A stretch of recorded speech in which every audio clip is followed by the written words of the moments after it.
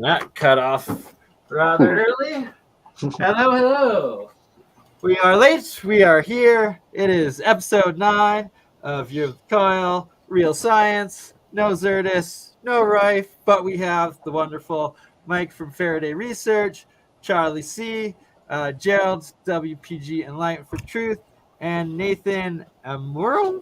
Am I saying that right, Nathan? Just Armuro. Armuro. But if you're Japanese, Amuro. Amuro. Amuro. I like that. Amuro. All right, Mike. Sorry it's a bit late for you there on the East Coast. If you want to give your update first and let everyone know what's new. Just basically just trying to get all the parts together for the new build. As you know, I've been working on the Adams motor for the last 5 years, and in the last year, I've made a lot of innovations and discoveries, and so it's just one of those things that takes time, right? Is sometimes you'll do experiments in the beginning, and then you'll go back and watch some of your videos, and you'll say, "Oh, hey, that's what I did," and you can follow up on stuff that you did, way before, right? It's like half the time you do an experiment and you see an effect happening and you don't know exactly what's going on. And that's very much, what's happened with me on many occasions where I'm seeing these effects and I don't understand them. And sometimes it takes 2 years, 3 years, 5 years later, and finally it dawns on you and you figure it out. So right now I'm at the position where it's just basically trying to get the parts together. I've had a lot of support from the Patreons in the last month. So I'd like to, anybody who follows my channel, I'd like to say thanks to all the Patreons. And also these guys too here. They're all in the same kind of situation I'm in. Support these guys, even if it's only a couple of bucks. Some of the stuff they're coming up with is totally fascinating. And they're putting their heart into this stuff just to make a better planet, right? So, support these guys, not just myself, but everybody on this panel tonight. If they have donate or if they have Patreons, sign up. You're going to get some interesting stuff from them so you can do your experiments at home and make new discoveries. And you could be one of the guys on the panel tonight. So, that's kind of my message is support these home inventors because some of the best inventions were created at home. Pretty much all of them, right? Even I think Amazon, IBM, Apple, it all started in garages. And and if you can't afford monetary, even just everyone that's being here right now, watching us, hitting that like button, sharing these streams, all of it, all the support, everything does help. And it's what helps keep this community going and building.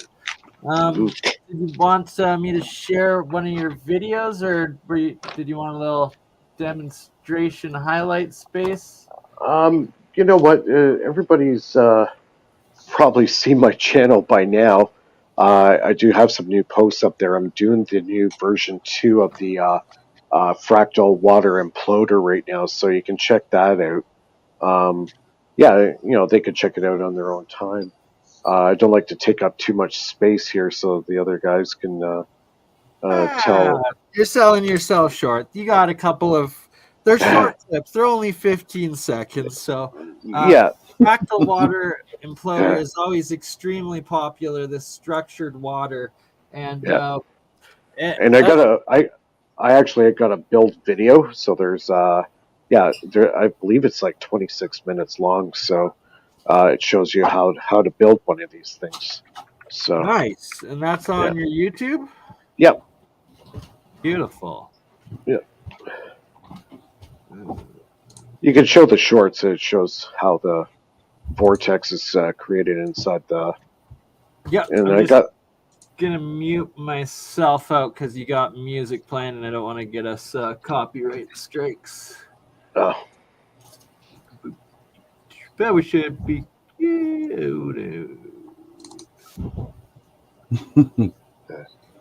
So I'll be adding piezoelectrics to the water so I can create all the right frequencies into the water.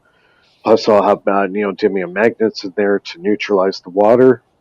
And I think I'm going to get some UV lights so I can expose the water to UV and also structure the water that way as well. Show the one I did the other day. Not that one, Bernie, the other one. That one there. Like that is a steady vortex going right there, nonstop. Yep. And nice. Just draining into the bucket and pouring in that's powering it? Yeah, there's a submersible water pump that's inside the Home Depot container. Gotcha, pumping it back up. Yeah, and I put a hose with a elbow on it to make it go in a circular motion. And I turn that sucker on, and it makes an amazing vortex. Really good.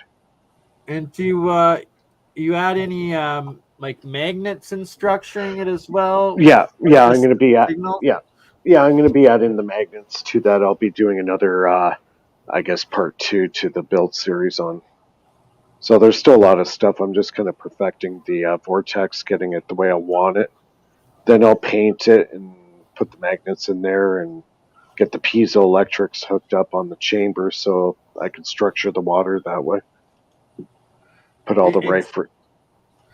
Exactly, right? And it's like it's experimentation and science and developing it and like that, right? This is version probably 3 now, I think. No, at least 2. Since I've known it. I know you said 2, but I think 2. This is your 3rd build since I've known you because you made one for someone else. So I'm calling it 2 and a half, we'll say. But it's that all of these sciences, and especially for stuff that has the potential and the end goal of being able to be used for health and health benefits down the road, that in the beginning parts of this testing and developing, it has just as much of equal chance of being harmful while we figure out the actual sciences and effects of it and develop it properly. And that's the key of being able to do it in safe environments and then testing the end water or like product as in energies and structured waters on agricultural and plants and stuff like that first before ever on animals or oneself. And that's going to be a huge part of what we're going to be doing here going forward into the new year in 2023, as we're over halfway done the first year of the Coil series. We got about 4 more months, and then it's going to be Year of the Field. And Year of the Field is going to be all about how these field forces affect agriculture and doing all of the tests with growing both seeds, the structured water, the colloidals, the monoatomics. And Gerald, do you want to talk a little bit about what you've done with the testing? Oh, did we lose Gerald? No, Gerald. There's Gerald. About No, I don't want to, but thanks for asking. Okay. No, I'm just kidding. I'm kidding. But because you did some coil tests on your on some seeds, right? Oh yeah, actually, the way that I've done it is I took my coil, I put a aluminum pan over top of the coil, I put the seeds in the aluminum pan, and I pulsed it at 261 hertz for 15 minutes, and then I planted the seeds, and I got 100% out on the seed collection that was in the pan. And then I took, and it was a 10 seed test, and I took 10 seeds and I put them in pots without doing the magnetic field test, and I got 70% out. So is it conclusive? No, but it definitely is leaning me towards doing more experiments. Not to mention, if you do bury a coil in the dirt and pulse it at 261 hertz, at least this is the frequency that I've been using to date, and you pulse it for, say, I've been doing 8 minutes every day. Thus far, it seems to be growing 30% faster. The leaves are bigger, more lush. The next test that I'm doing, I'll be doing on video, on camera, so that everybody can see it. But at the moment, I'm just growing lettuce, and it looks to be so far definitely beneficial by pulsing. So one step at a time, right? Exactly, and that's gonna be, so maybe the end of February we will start the agriculture series where we'll be doing these weekly tests. And I definitely myself want to replicate that 6-foot lettuce plant that I grew in my garden last year with a couple grams of monoatomic gold. But to actually add this real scientific method of having control water, also going to try some of the blue oxidized diatomic elements with it, as well as distilled water, tap water, and then microwaved water on top of the different colloidal waters. So probably 6 or 7 different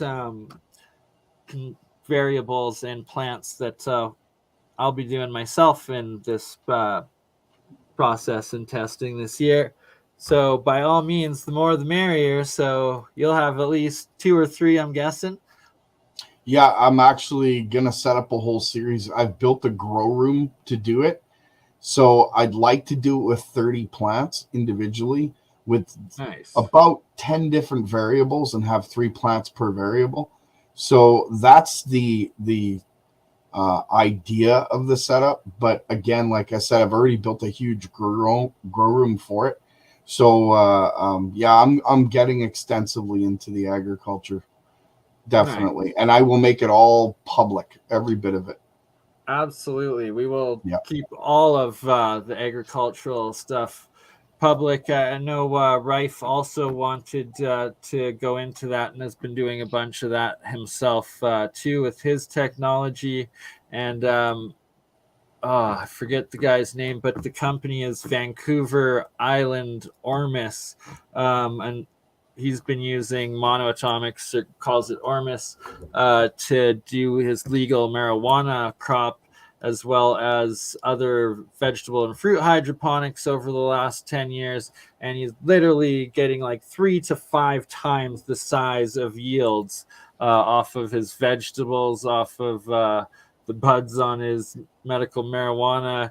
And like the strawberries were like the size of a fist. It's just crazy. So I can only imagine if all of these results are as successful as they seem to be, and then combining them all into one super method that's probably give us like 10x, if not more, solve some world hunger issues. Ormus electro growth. I love it. We need to. The more food we can grow, the faster, the better. Yeah, Matthew Rife was calling it electroculture, so I kind of electroculture. Like I like that. That's a good term. Yeah. Definitely.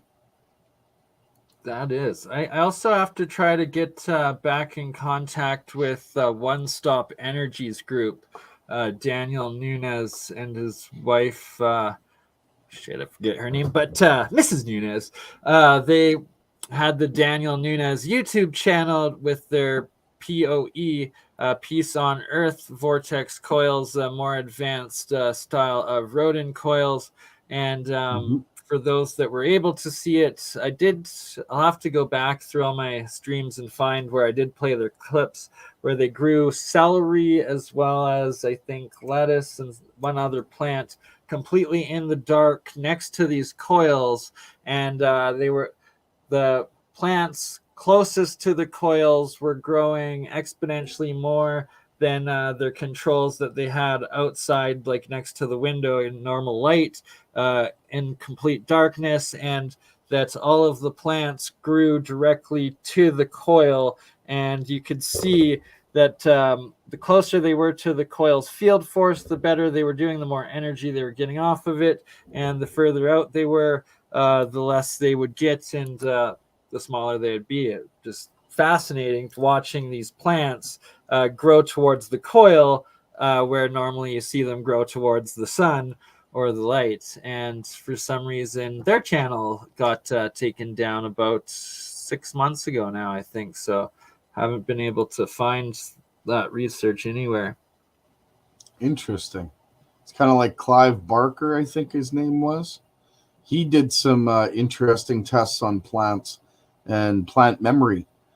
You'd walk into a room with a bunch of plants, and one of the scientists would break the branch off the plant, and he would walk out, and he had the plants hooked up to ECGs, I believe it was. It could have been EKGs. I'm not sure which one it was, but he was reading it on the monitor, so to speak. I think it was actually paper readout at the time, and it showed that after the scientist had broken the branch, there was an output that had been shown on the monitor, and the scientist had left the room. The output had calmed down. When the scientist had come back into the room, the output on the monitor went nuts again. So the experiment itself was to show whether or not the plant had memory as to the damage that had occurred at that moment.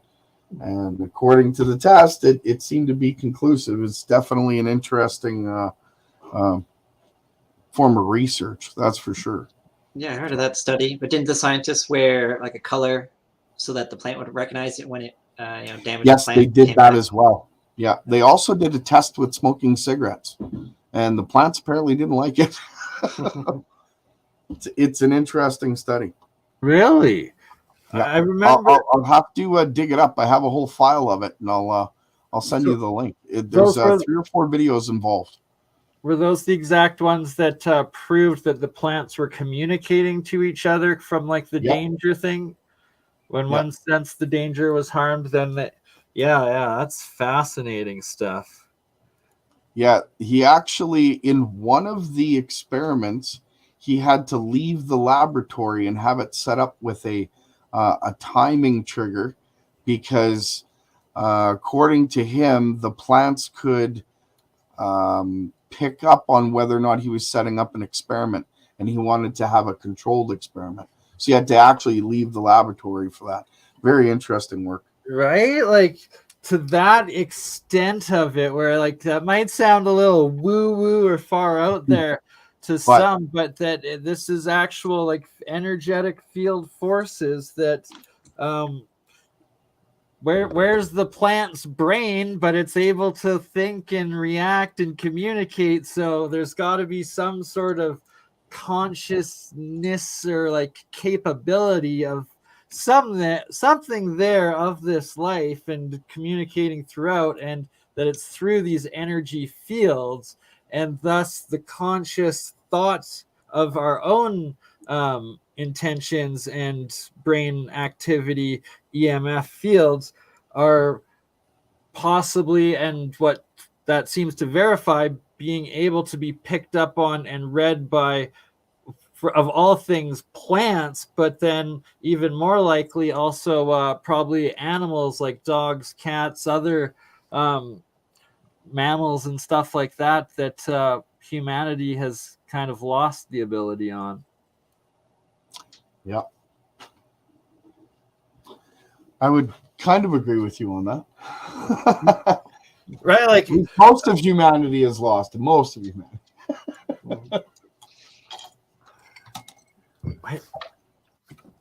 So how is Charlie? Yeah, I'm doing well. I got a few projects I could show you what I'm working on, but feel free to jump in if anything comes to mind.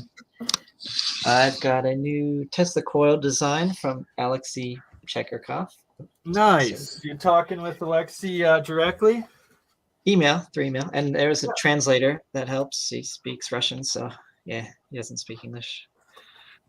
And I don't speak Russian, so. But I do have one of his business partners contact, and they speak both Russian and English, so they're looking for new funding for a new version of gravelet.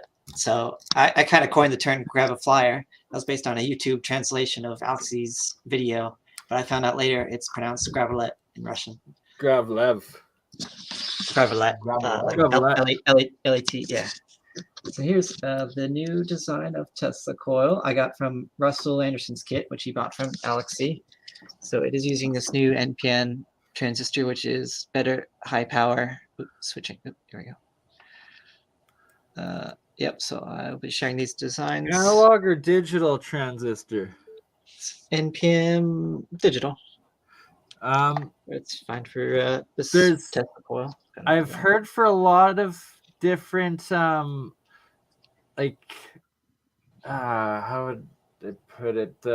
Certain types of energies within electricity, if it's digital, the effects will get lost as opposed to it needing to be analog. But I'm kind of talking out of my ass on this end of I have no idea if that actually affects what you're doing or not. Something to consider down the road if it doesn't seem like that transistor is working. Yeah, I know some of the guitar players would use like analog vacuum tubes for better sound, and some electronics, yeah, there's a difference. But in this application, it was pretty simple design. I'm just using it for high voltage AC Tesla coil, which we need on the center plate for the graviflyer experiments and some other coil designs. That's a pretty big Tesla coil. Yeah, how many? What's the kind of sparks you're looking for on that? Pretty. No, actually, it's pretty small because it's self-resonating. So it's like a Slayer exciter Tesla coil design where the spark's small, but the field's about a foot from the Tesla coil. And I just put a wire down it or directly connect to the output to get enough AC on the center plate. But it's very high frequency, so it's a skin effect. Like you could touch it and you won't feel the shock. Nice. Yeah. It's pretty safe. I look forward to the demonstration of that in the future by far. Thanks. Yeah, definitely. You have a few videos already on earlier designs on my YouTube channel for that. Here's some other coil designs. I know Gerald likes these. But these are some of the oh wow, that looks like some of the first ones I ever made. Star chalice. Yeah, the problem with going with thin gauge is they'll kind of go into a bowl as you take them off the fixture, so you gotta be careful with that. Some of the other ones I got larger 20 gauge, and I saw this from Matthew Rife's Royal Rife website. He has a device that will help amplify the signal, so you could do frequency and amplitude. That's why I was having trouble with the 60 hertz device that I was using. Is that a pile? This is just like an audio amplifier, I think. What Richard the brilliant audio amplifier. Yeah. You can get this just to amplify the signal of AC and control the frequency instead of using a can you like send me little specs on that and what you'd recommend I purchase myself for something similar, as that is exactly what I want to start messing around with into my electrolysis reactions on the different electrodes. Cool. Yeah, and this model you can connect to Bluetooth. I saw he was using it on his more expensive coil design, so I went with the nicer one. But it's only like $50 US for this device. Oh yeah, that's good price. Nice. Yeah, you can find a lot of those used and salvage them too. True. Yeah. And of course, I've got Daniel Foster's what's he calling it? Device here. Grav inductor. Jeremiah has shown it. Grav inductor, yeah. He had shown it. His model. Mine's about tennis ball size. That's still a lot of wires, but a lot of configuration. He recently explained he found and remembered the AC and DC signal he was applying to it, which we think the DC is like a square wave, but there'll be multiple layers of AC and DC combination here. But this device is unique. It doesn't use any high voltage. This is relatively low voltage. Nice. Some effects. And he claimed it lifted itself up. So it's got two half spheres on the outside, alternating positive, negative, right? And then on the inside, it's two opposing bifilar coils. Yeah, actually 4 half spheres. These go in here. So this one just the two wires insulated This one has one wire that's stripped and one that's insulated, and then inside there is a column that has one wire stripped and one insulated, and then the other piece of this half is another 2 pancake coil that go together, and that's half of it, and then there's the equal opposite half for a complete sphere. Nice. Wow. That's pretty interesting. Well, it looks like a lot of work. Yeah, he's having some health issues, so he's relying on Jeremiah and I to do some testing on it. We want to replicate the lift of it and verify it works, and then go public with it. Nice. Absolutely. So, yeah, it's a fun project. Oh, this is finally one I built. I had shown earlier and talked about it. This is a little bit something different. Is that Edison's communicator? Right. Yeah, the Thomas Alva Edison Transdimensional Communicator, or TDC for short. I just had a video. Actually, I'll post it in the chat so you could share it. I just made it public on how to build it. Got it. I'll actually. Oh, cool. Shall I play that right now? A little bit. Sure. Yeah. Go for it. Heck yeah. And see, this is something I really would kind of want to make my own of, as my. I have come to accept the reality that my mom is actually a bit of a medium and energy healer, and that all of my childhood life, she claimed like I'd never met my grandpa. He like abandoned the family when my mom was like only 8 or something. And then I was like, Mom, why don't you like look into it or whatever? And she'd always was like, oh, I'll know as soon as he will die, he'll come talk to me or whatnot. And I was like, okay, whatever. Like, and then sure enough, it was like about 10 years ago, one Christmas, she like calls me like in the middle of the night, like on Christmas, and was like, I think he's dead. And then she like called her sisters. Like a week later, they filed with the government to like access it or whatnot, and the government could finally release it because he had actually passed away, so that the next of kin could get his life records and find out what happened to him.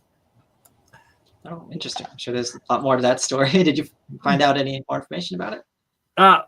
Yeah, and then from that, when they released the files, we found out that my mom's dad, my grandfather on that side, moved one province over, so actually way closer to where I am, from BC into Alberta, and had a whole nother family just like probably 50 miles away from where we live, and named his 3 daughters the exact same names as my 3 aunts that are the original sisters of my mom. So I now have 2 or 6 aunts, so three sets of 2 aunts with the same names. It's really messed up.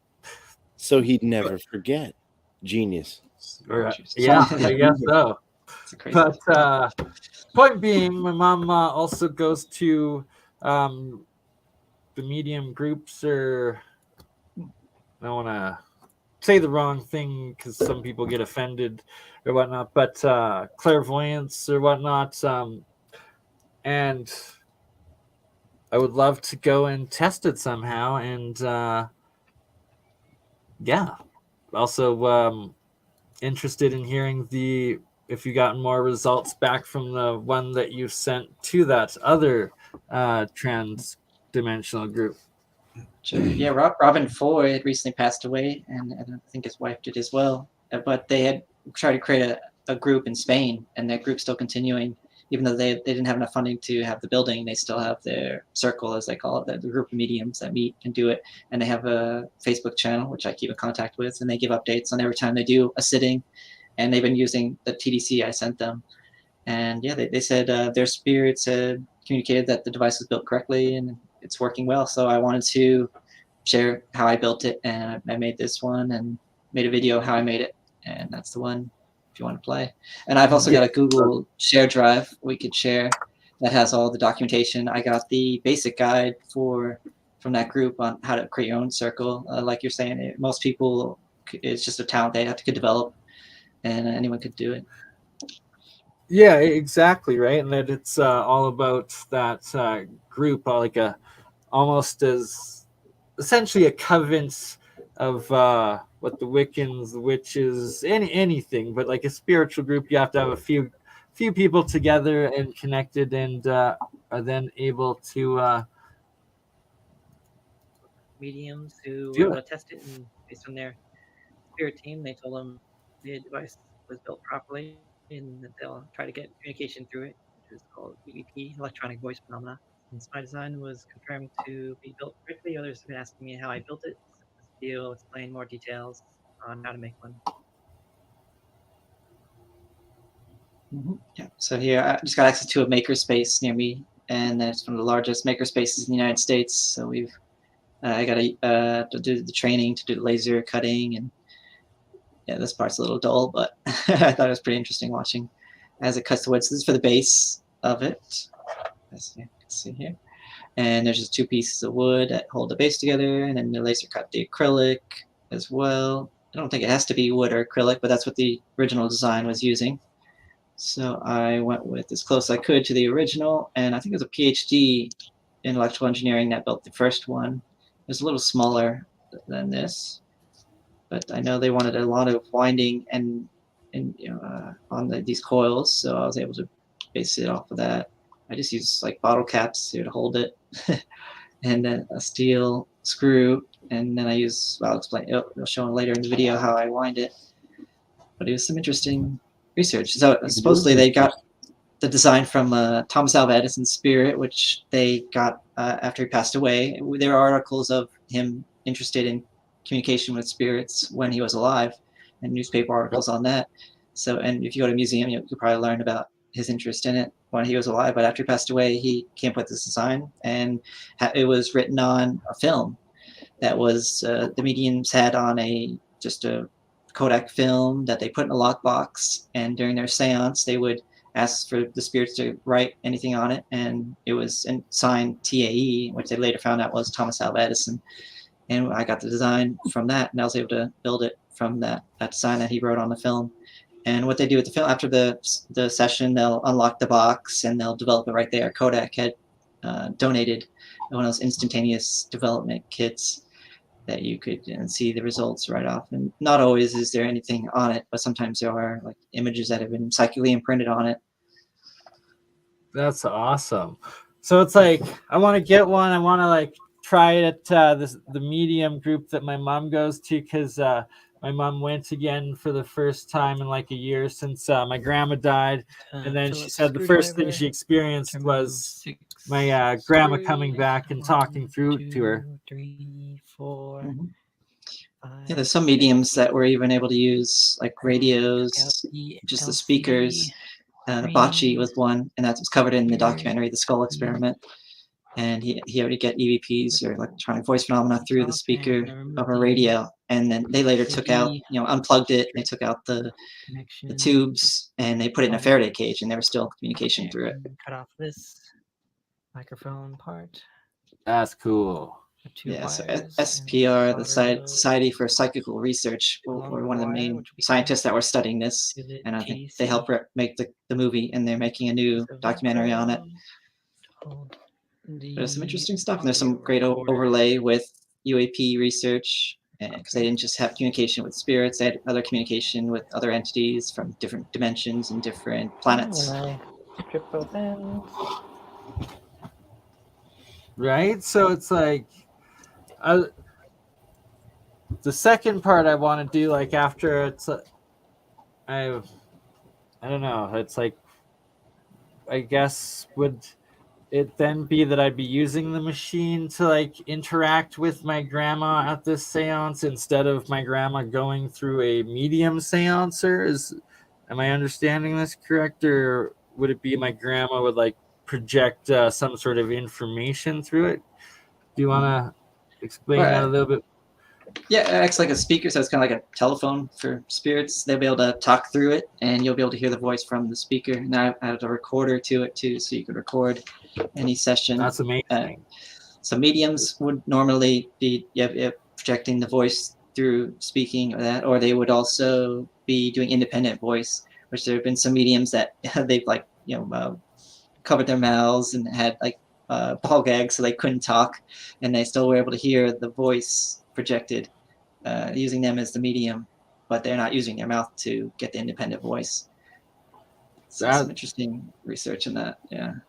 But hearing it from a speaker or from a radio, makes it completely different than hearing it from a person, because there's always skeptics that will say it's ventriloquism or some trick with that, but it's different. Exactly, right? And then it's also that you're getting the pure interaction and not, even if like the medium has the best intent and whatnot, sometimes the message gets lost in translation, but it's like you're having direct one-on-one with an entity, whether it's my grandma or not. Just even if I go and someone comes through on it, that would be one heck of an amazing experience. And then the second place I would go would be to the Hart Mansion, by my place, the WWF wrestling family. Quite a tragic story, but they have this creepy old giant mansion that's like a couple 100 years old. I've experienced hauntings in it, and it's legendary how haunted that place is. To test it and see if could come through with something, that would be one epic experience. Do they still live in that mansion, Bernie? No.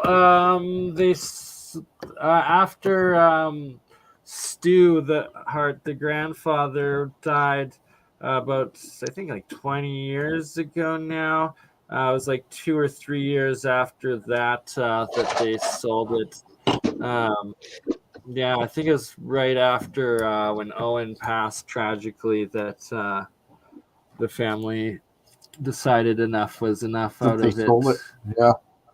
Here's a good shot of the inside. So you can see the germanium is in the center there. And it's just a small sample you can get. And the screw touches the top of that, and there's copper tape that touches the bottom of it. And just those two connections near those two coils that helps with the communication. And there's the film that Thomas Alva Edison had wrote on and developed right after the session. So you can see the top part, how it's connected, and that's the side. So we stuck pretty close to the end. Underneath that, there's the original design that they had made and verified worked. But the original design went missing after Robin Foy passed away. It moved into with some inheritance, and after they packed up everything, they couldn't find the original. But I built the new one and sent it to the group that's continuing his work. That is epic. So essentially, this device is for to the ability of E5 contact to the other realm, I guess, so the spiritual realm, the afterlife. It's an ethereal pin, cup, and string. Ethereal, In the shared drive, there's a document that goes over some of the other equipment they got, but they've got multiple communications on devices that would help improve, the medium's communication with spirits. And we can go over that maybe another time. I don't know if we have time to go over that. For sure we will. One last question on it, though. Potentially, it'd be that I could set that thing. Well, I guess I'd have to get back into the Hart house, but nobody lives there anymore. It's so haunted. This Hart mansion is so haunted. They sold it, like I said, at least probably 2 decades ago. Now, one other like ridiculously wealthy family bought it, and then they were creeped out. I don't think they even spent a single day in it, at which point it got sold and turned into a hotel, some sort of like exclusive hotel or something like that, and nobody has ever rented it since, and it has literally been empty for 2 decades. But in junior high, I was really good friends with a couple of the Hart kids, was over there for a house party. Tanya Hart told me, don't look in this mirror, it's haunted as F. I did, and I saw something that stays with me to this day. So it's that I could potentially, if I could get to that mirror, set that thing up and ask the entity to show itself again, and that could potentially capture it on that film. You could That'd be record neat. audio. Yeah, there was some group in this whole experiment documentary. You could see that the CIA, they use CIA equipment to record and analyze the voice, and they had one that had passed away, but they had recording of her giving it on a phone call, and from the mother that asked to share that data, and they used the voice clip from the radio that they got and from that they had on the recording, and they compared it, and it was very accurate. So it was up to like a 90%. Yeah, remember we played a little bit of that on the Halloween stream when you first shared all of that and mentioned it. So, sorry, I think I confused myself a little bit. You said film, but that film is for recording audio, not visual. Or on the Kodak film, we got the design for the TDC, which just does audio. Okay, nice. There is another, that's one of the 5. So I'm looking at the document now. I can share my screen. But there were 5 equipment that was asked to be built. And with that, you are able to. Hasn't popped up yet. No. Yeah, here it is. Okay. Oh, there we go. So 5 ways in which we communicate directly with our spirit team at school, and they had the TDC as one of them, extended voice, independent energy voices, conversations through the tape recorder, again the TDC, and they got the signature, which they compared to the actual like, look at how signature. wow. Yeah, from the Thomas Alva Edison records. Yeah. So he's still in communication with the group now, and they've done some equipment that they, musical instruments that they have playing it. And I wanted to quickly show there is a relationship between the UFO phenomena and the spirit group. This was another device, a dome that they would store the energy in, and they said they need 3 forms of energy: a spirit, human, and earth energy to create creative energy. And they would get, this is actual image. So they would use a recorder, and this video recorder would be looking at its own viewfinder, so its own output. And they would get record after session, record images like this.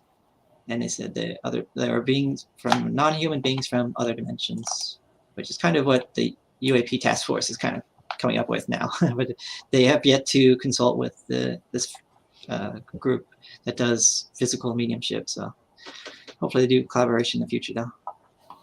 Interesting. That would be a very interesting collaboration. I don't think that they would ever actually do, for bureaucracy's sake, would they actually go through with something that could verify that there is a life after death in higher dimensional realm out there? You'd hope. I don't know. Maybe. And there was another thing I wanted to share. The group, because they were happy with the TDC, they have been getting a lot of these apports, which are like teleportations of devices and materials, newspapers, mostly organic and metallic objects. And a lot of it is, from the new group, at least, small stones.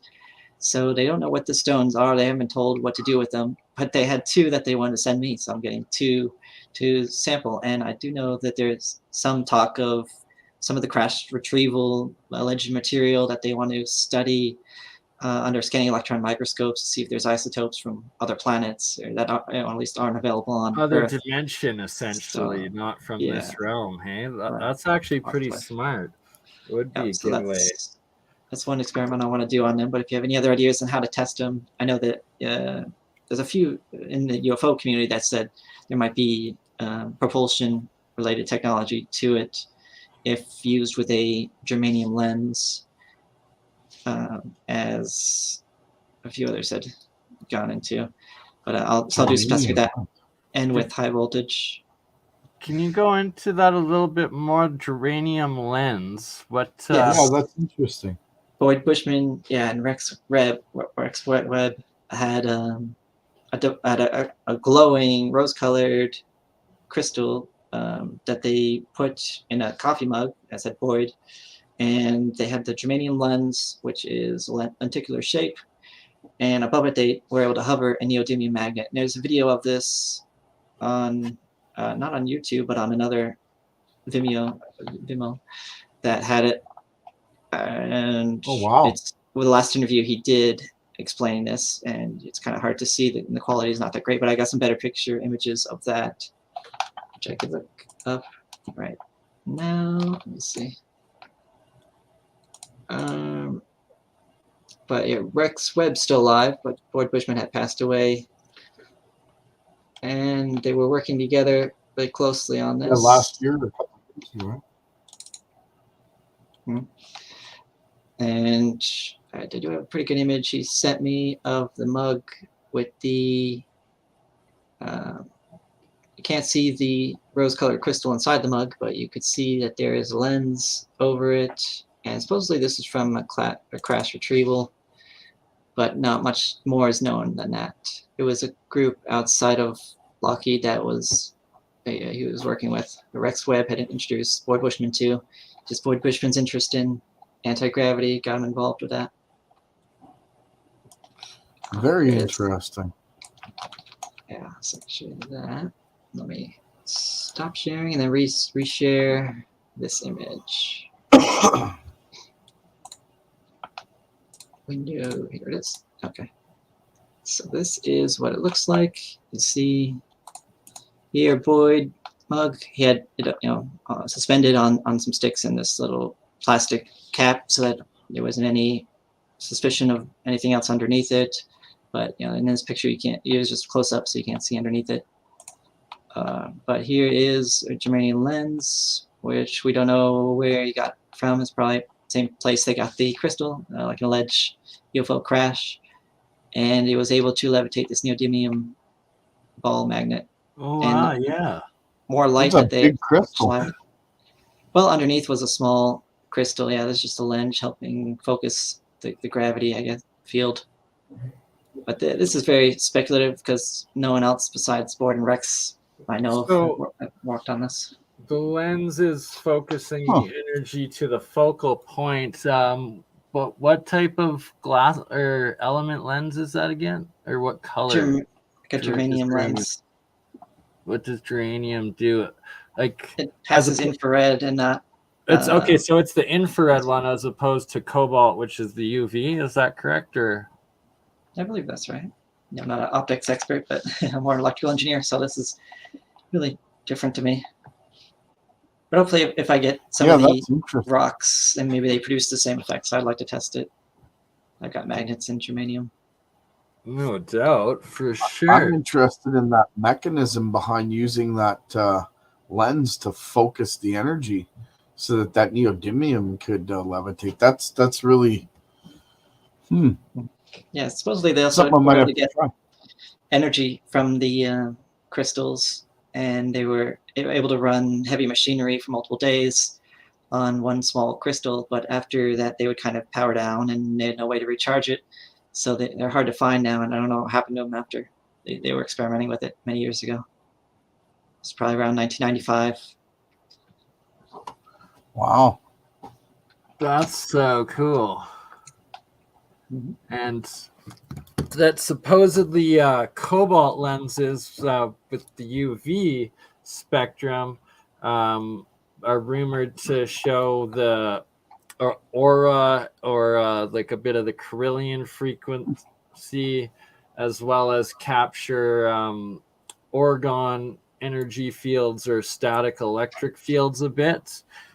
So the rumor goes, and then also that the famous rumors of the infrared goggles that if you're seeing infrared, that there's demons or something like that.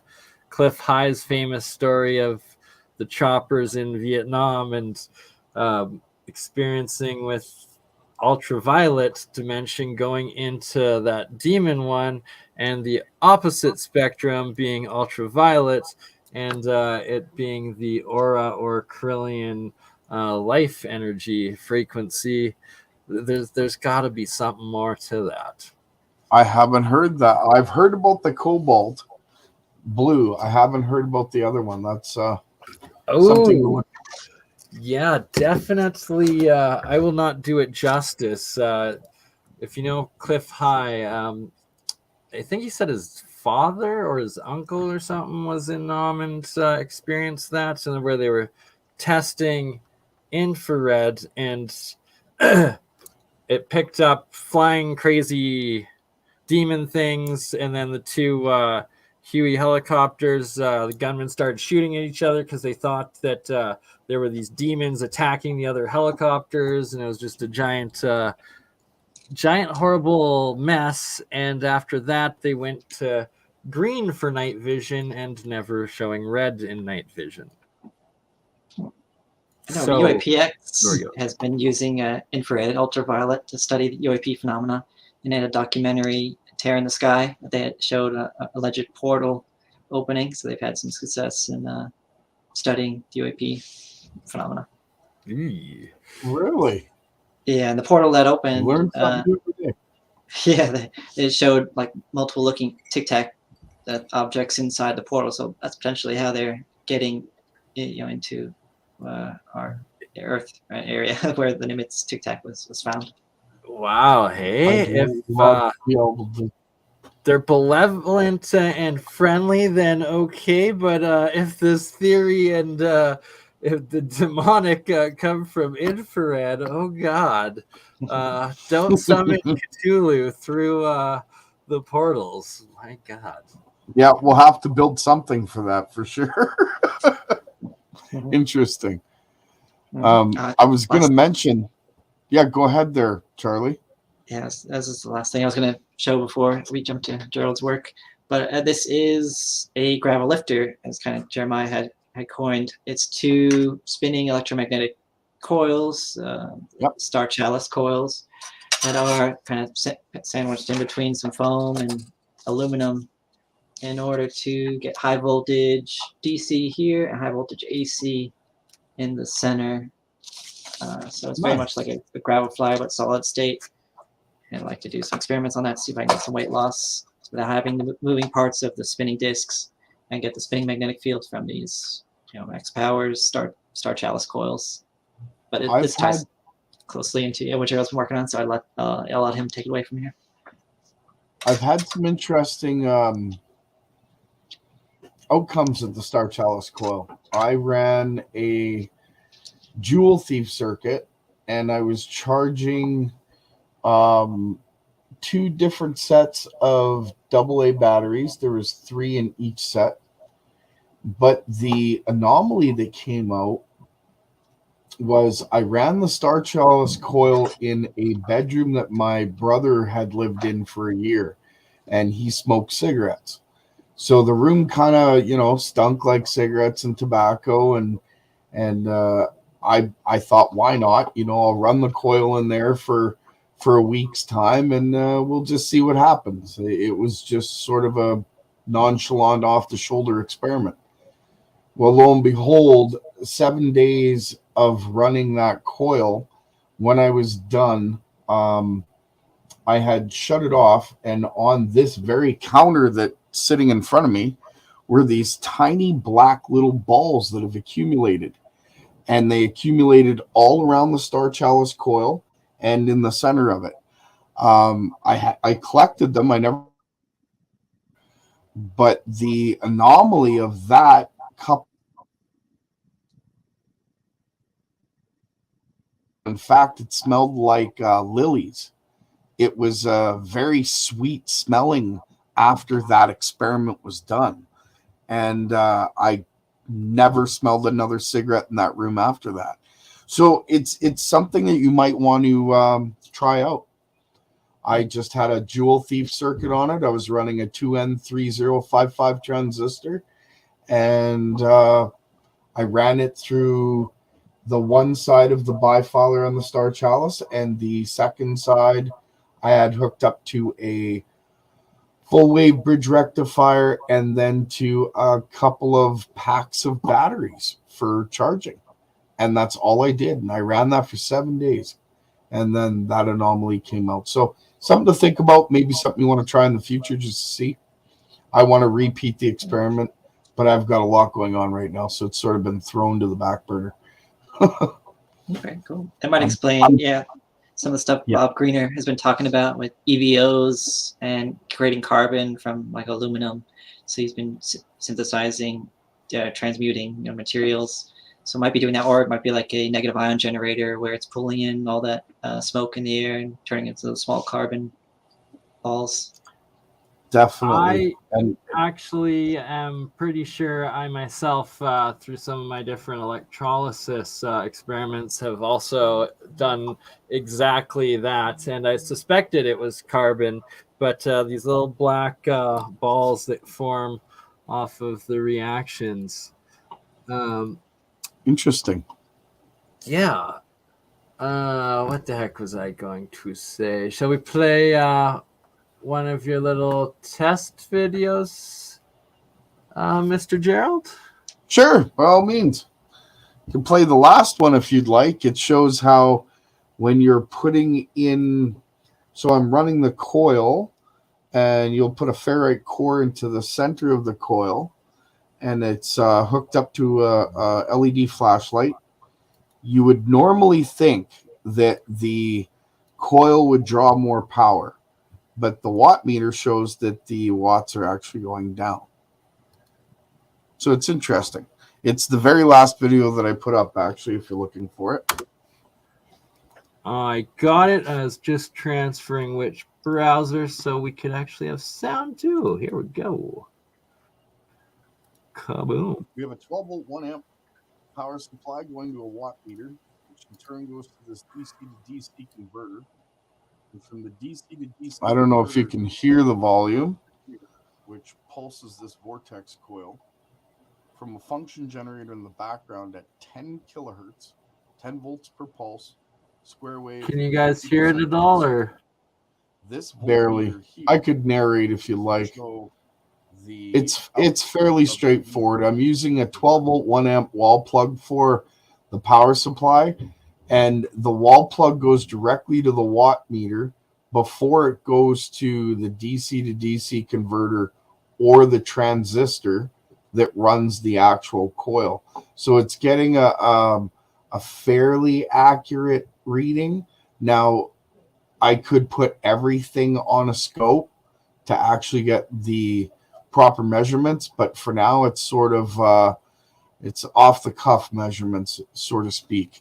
The Christmas lights that you're seeing there are 120 volts, 8 watts to run, and each flashlight runs with 3 AA batteries, so 3.6 volts. I'm not exactly sure on the current draw, but if you watch the watt meter, once I turn the Christmas lights on, it's at 3.6 watts, I believe. And as each core goes into the center of that coil and turns on a flashlight, the wattage on the watt meter goes down. Which should be doing the opposite, but it should be, yes. So 12 volts, 2 watts. I'm running 3 flashlights and a flashlight lantern, as well as on the bifilar secondary, no bridge rectifier, just straight from the coil right to the Christmas lights. They're at full. In fact, I think they're a little brighter than as if you had plugged them into the wall. So that's basically the setup. I like it. I like it. And a key part is that jewel thief circuit mixed in.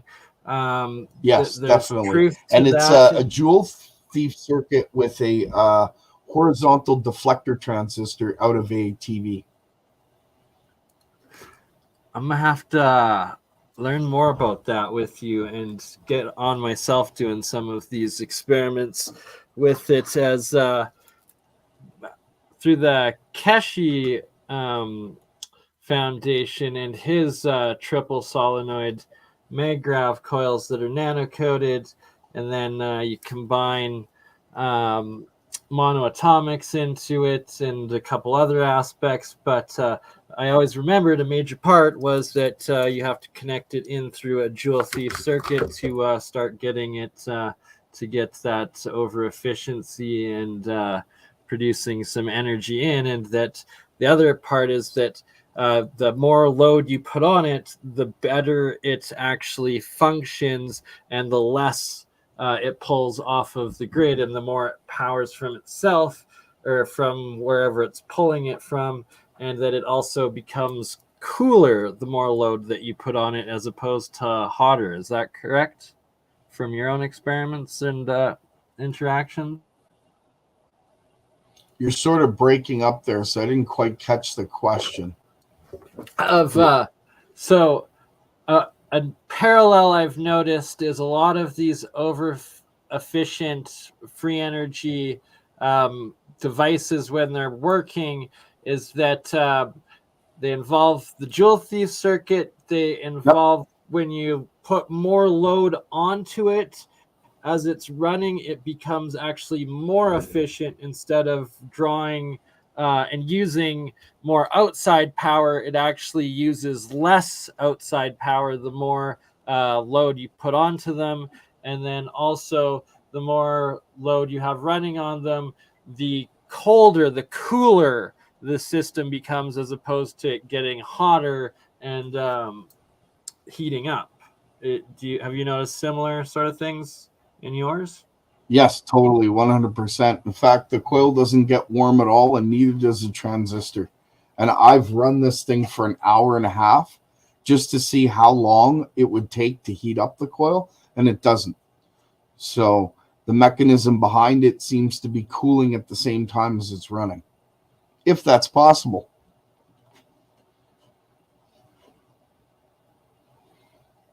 It's definitely an interesting tech.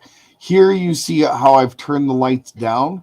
Well, I don't know if you can see the meter from there, but it reads 0.0 watts. And the lights are running at about 30%, well, maybe about 25. And the flashlights are running at about 40. Wow. And that's all from the magnetic spin creating its own current by the very spin itself. Yeah, and I always remember John Searle talking about his Searle device getting colder the more it would, faster it would go, and the more the three rotating magnetic fields interacting with each other it would cause. And then since then, several different builders, engineers, and experimenters over the years that seem to all have working systems all describe this exact same phenomenons with it. It's like the system. Go ahead, Charlie. Yeah, there's other YouTubers that did reproduce at least the 12 roller runners off the Searle effect generator, and they did show it using a thermal camera. It got cooler, but unfortunately that YouTuber sold his the device after that, and he took down that video, so I don't have much evidence of it. Darn. But yeah. But as soon as there's verifying evidence, eh? We don't need moving parts anyway. We can do it without it. Way to go. Yeah. Okay. So I'm looking to scale up soon. Hopefully, like I said, in the next couple weeks by far. At least that's what I'm shooting for anyway. Cool. Sorry, I'm trying to load this Vimeo Boyd Bushman video, but see, is it gonna work? Oh, it does work. My bad. They're just trying to scam me into accounts. Here we go. You can cut to the end. Yeah, this is an interview he did right before he passed away. This last interview he did. Near the end, he shows I have 27 patents. The mug. Approximately 13 years ago, I ran across a person who that the military would come, and he had put up with those guys for a long time. So he went back across the barbed wire fence, got in his airplane, right there. took off. Yeah.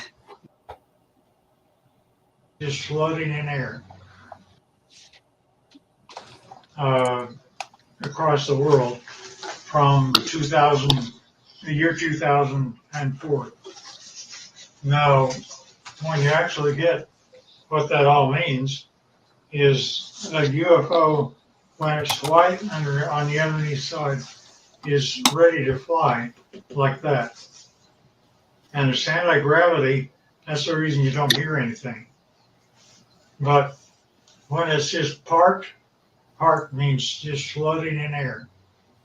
It could be above your house, like this, and this. This turns out to be the heads-up display that the aliens see of how to go to Area 51 and store their craft. Nevertheless, this is what the craft looked like. That's how they change power. And notice that here's an egg-like thing, but it's standing on end only because it has no gravity itself. And that is a piece of UFO germanium. And this little dot is a piece of neodymium magnet, which is above the germanium, and it's floating all by itself. And that, again, is a UFO. And we don't know why, but the crystal appears to be colored rose, and we can't figure out why yet. There's a whole batch of analysis that we're having to do. Yeah, we never figured out why they look rose colored. That's about it. That's about it. Yeah. I asked him to take. Sorry. Yeah, Boyd Bushman was. Boyd Bushman, the legend. The legend. So much different genius. Who knows the breakthroughs and discoveries that went to the grave with him, sadly. All right. One last thing. Oh, two last things. Quickly, I will show this one right here for the actual agricultural. This insane lettuce plant that is right in the middle here. That was from last year. Yeah. See that right there is a normal romaine lettuce, about 6-8 inches tall. That brown one at the beginning, and now I'm walking up to this massive. I think it was about 5 feet actually, and the stalk just kept on growing, and my dad kept picking the lettuce leaves off of the stalk. We had about 6 salads off of that thing, and it just kept growing and growing. And you can see the head at the top there still. And it's as tall as sunflowers, literally. And I was watering it with colloidal silver gold water once a week. And at the very beginning of the year, I had given it about I'd say realistically 1 gram worth of monoatomic gold right in the soil, and then followed up with all the watering of it throughout the year. And it never have I seen anything, any lettuce do that before, and definitely need to continue testing and verifying this agricultural aspects of monoatomics, ormus, colloidal silvers, structured water, energy fields, and what was the term? Electroculture. I like that. Yeah. Electroculture. I'd like to take your ormus and use that in a series of plants, and use the coil system as well. Maybe we could double whammy it and see what happens, see what comes out. Exactly. Right. So that you're reading my mind, Jill. Reading my mind. Okay, one last thing here I want to share before we call her a night if Rife or Zertis or Jeremiah do not show up in that time.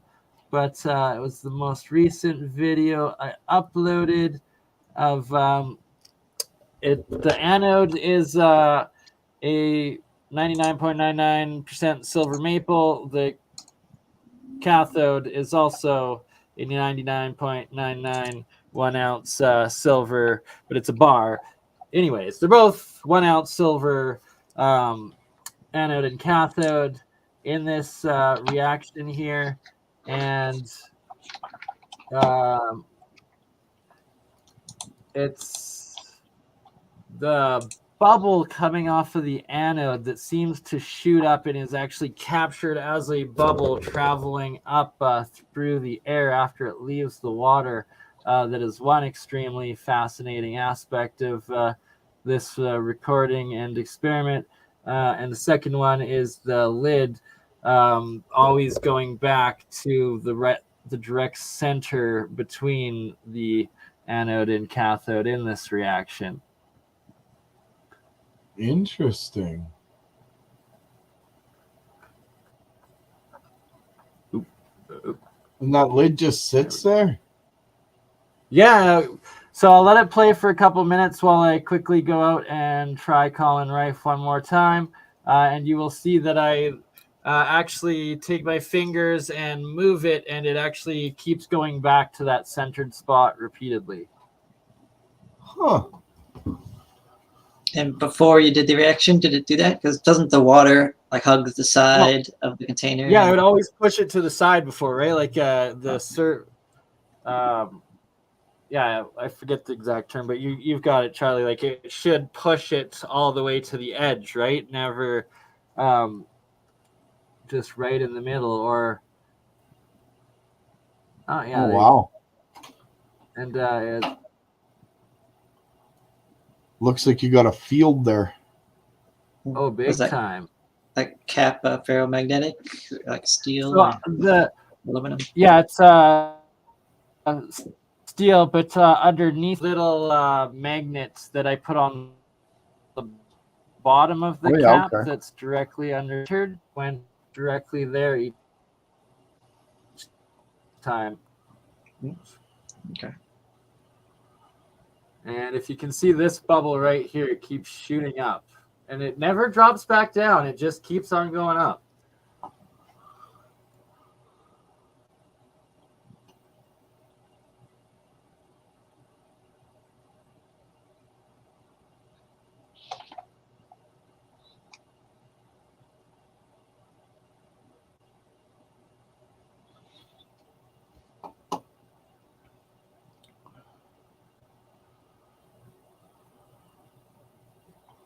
Do you think it's because you're doing? Oh, well, he left, but it might be because he's doing electrolysis and getting oxygen or hydrogen, and then when it pops, it's less dense, and it'll go up. Yeah.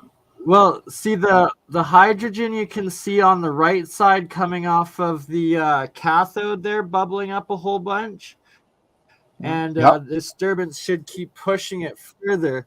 And on the left side, the anode, you just see that one bubble coming off the end and shooting up out of the water continuously about once every second or so. And that the current within the water is going in like a underneath donut or toroid area that should be moving or pushing that cap off from the surface tension to the edge. Okay. Have you taken a lighter to the hydrogen? See if it'll pop? Oh yeah, I'll always like all that bubbling there on the coin side. Every time it pops. Okay. I want to remake my hydrogen cell. I was producing a ton of hydrogen in my cell. I used a slinky. It was a strange design, but yeah, it. Let's just say I rattled the windows of my house more than once by lighting that on fire. What the? God damn.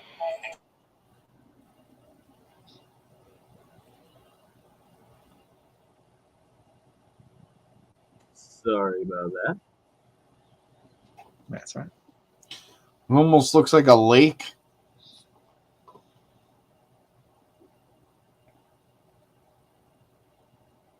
Yeah, and there's like different layers of the monoatomics in that pink chunk. There's like one drop of blood I put into that one. This was about 5 years ago, and the one drop of blood clustered and then grew into this giant chunk there, and lived in this mixture for like 3 days while I had it running.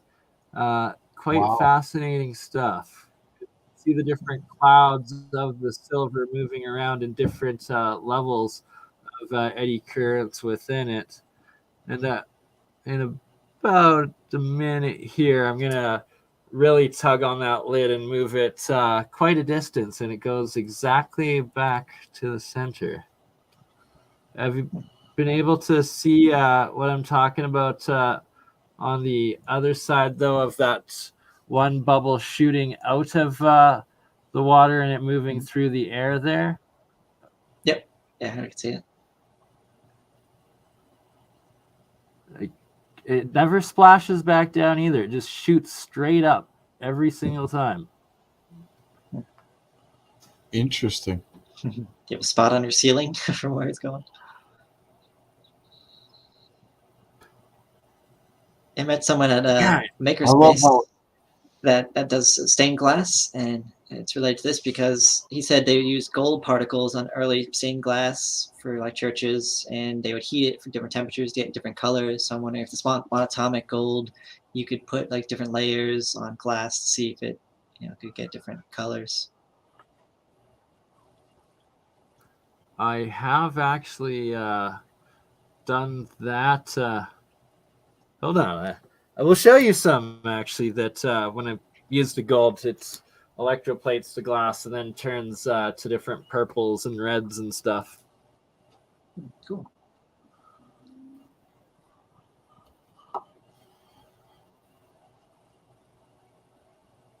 Yeah, I think having like a church mural with glass that was gold plated might have different effect on other, paints that are being used now. Yeah, gold. It's an interesting factor in chemistry. That's by far. Mm-hmm. I'd like to use it in some experiments. I'd love to have a bunch of gold wire and actually make a coil out of it. Kind of wonder what the effects would be from that. Yeah, for propulsion, I was hoping to get something lighter, like titanium or aluminum. Looks like a lake. That's what it looks like.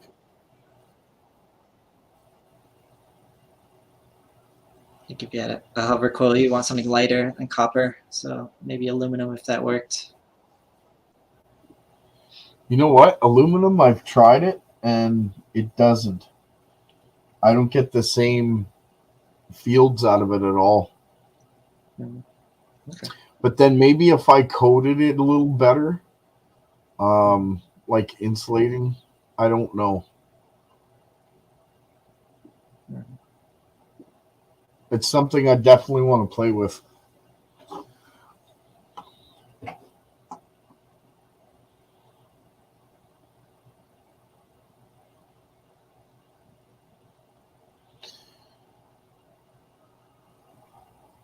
Yeah, Mark has a high-speed camera. It'd be cool to see that under high speed.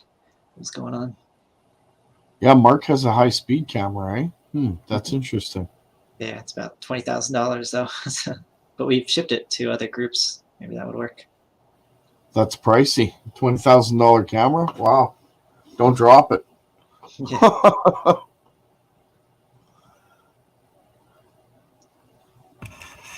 Yeah, so what happened there, Bernie? You got window upon window growing. Here, we're going multiverse right there. All right. Yeah. Yeah, what's that? You can see it's like purpley and beige. That was monatomic or plasmoidal gold. It was white when I first made it, and then it turns into both a gold color as well as purple colored fluffy materials when you leave it for a bit.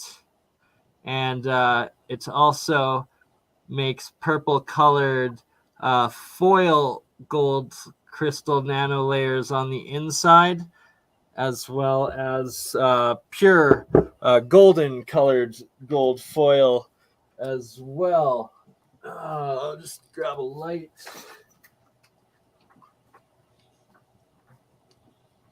And eventually the foil will actually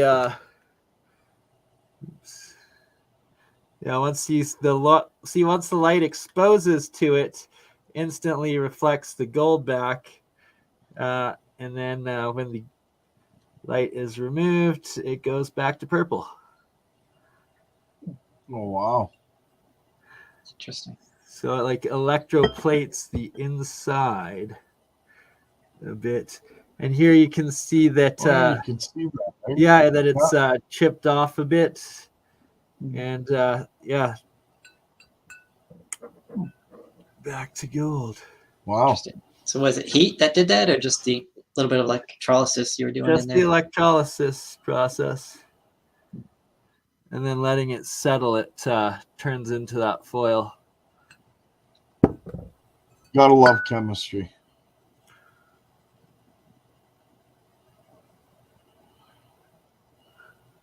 So I got to apologize, Charlie and Bernie. I am extremely tired, so if I am lacking in my interview skills this evening, it's because I've been up since 4 this morning. So just making you aware. All good. I'm ready to call her today as well. I believe you too, Charlie. You guys are all. Did you get a call back? East. No, have not heard back from Rife, sadly. Mm-hmm. So hopefully he will be available tomorrow. I will be back tomorrow with Esoteric Gold. Michael down in Utah there, another fellow alchemist experimenter. We'll do a stream a little bit earlier in the afternoon, nice. Western time, around dinner time for evening out east. You all are welcome back. And if Mr. Rife isn't available tomorrow, we will be definitely having him back on sometime this week, as well as next weekend. We will be doing our episode 3 with the Hutchinsons on their crystal battery build, and I will start building some myself. Great. Awesome. Well, yes. Maybe tomorrow I'll try and set up an experiment for you that you can see live. Absolutely. That's always appreciated. We love for tomorrow.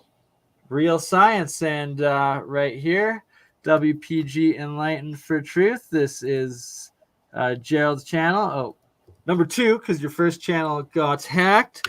Starting all over again. So I'll post that in the live chat for everybody. Followed by Mr. Charlie C. Oh, wrong one. Too many tabs. I'm going to replicate Too many tabs. Here we go. Now I can do it because I don't need sound. Boom. Charlie C's site. We got Charlie. Charles Crawford III. One excellent, awesome, intelligent. What is it? A spirit phone? Is that what it is? Transdimensional communicator, TDC. Yeah. TDC. I'm going to try and replicate that. I love the fact that you did a tutorial. Mine's not complete. Okay. Yeah, I know even John Hutchison has a room that he's developed that uses his equipment to study the paranormal spirit communication. He said he's had some communications with his dead friends. So that's cool. Yeah, the Google Drive in the chat. That's amazing. They have more documentation in there. Awesome. Thank you for that. You're welcome. Yeah, we'll have to ask Nancy and John Hutchison about the Oracle room. That's what they call it. Yeah, so we will bring that up with him as well. I think we're gonna try for next Saturday for Definitely. episode 3 of the. Oh, sorry, my mind. There's just so much good science on your channel, Charlie. I get so easily distracted. It says Frolov hat training. Oh no, that's a completely different thing. I remember the Frolov hats. Just looked similar to the crystal battery cell on Laser Saber's channel. 2 completely different things. Yeah. Let's see. Yeah, Frolov's hat. Yeah. Tran Nam had made this from Vietnam. Frolov's hat. Laser Saber, yeah. Based on Alexander Frolov's design. Oh, yeah. So still testing. A few of us, Todd and us are testing it still. See if we can get thrust out of it. But Great. Tran Nam, Awesome. like I said, you got about 1/3 weight The more loss on it. testing, the better. 1/3 Oh, weight really? loss. Yep. Wow. Because Nice. it is a capacitor with one plate charged positive and the brim here charged negative. So asymmetrical capacitors like the lifter, from older designs have shown to work. That's cool, right? And it's real science happening right here. Awesome stuff. Slowly but surely making it happen. And yeah, so Yep. this one expensive experiment, as it was about 5 grams of gold that went into making this, and Wow. another few grams right here. So it ain't cheap working with the real stuff, and I could only imagine.